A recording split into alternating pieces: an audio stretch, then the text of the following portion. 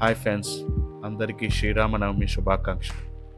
జగదాంబలో clock tower ఉంటుంది కదా, ఆ క్లాక్ టవర్ బ్యాక్ సైడ్ రోడ్లో స్ట్రైట్గా వెళ్ళాలి. ఆ స్ట్రైట్గా వెళ్ళిన తర్వాత రైట్ సైడ్లో రామాలయం ఉంటుంది. ఇదిగోండి, ఇదే రామాలయం. గుడిలోకి వెళ్దాం పదండి. గుడి పక్కకు వస్తే సైడ్ వ్యూ ఇలా ఉంటుంది గుడిది. ఇక్కడ సీతారాముల కళ్యాణం అవుతుంది. ఇక్కడ ఎవరి పనులలో ఉన్నారు చూడండి, క్రౌడ్ ఎలా ఉంది.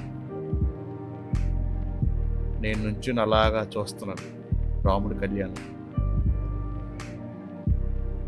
జనాలు అయితే బాగానే వచ్చారు. ఇదిగోండి,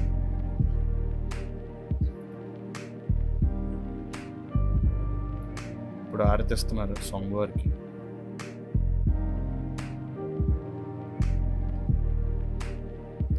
తర్వాత పక్కనున్న గోశాలకి వెళ్ళి ఆవులకి చిన్న మేత పెట్టడం అనేది చేశాను. కానీ ఆ జంతువులకు కానీ మనం తిండి పెట్టినప్పుడు ఆ సాటిస్ఫాక్షన్ చాలా బాగుంటుంది.